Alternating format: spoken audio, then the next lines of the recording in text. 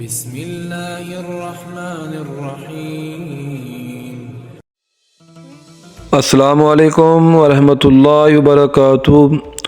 انہوں نے عرض کیا، یا رسول اللہ، قیامت کے دن آپ صلی اللہ علیہ وآلہ وسلم کی شفاعت سے سب سے زیادہ سعادت کسے ملے گی؟ تو رسول اللہ صلی اللہ علیہ وآلہ وسلم نے فرمایا، اے ابو ہریرہ رضی اللہ عنہ، مجھے یقین تھا کہ تم سے پہلے کوئی اس کے بارے میں مجھ سے دریافت نہیں کرے گا، کیونکہ میں نے حدیث کے متعلق تمہاری حرص دیکھ لی تھی۔ سنو، قیامت میں سب سے زیادہ فیض یاب میری شفاعت سے وہ شخص ہوگا جو سچے دل سے یا سچے جی سے لا الہ الا اللہ کہے گا۔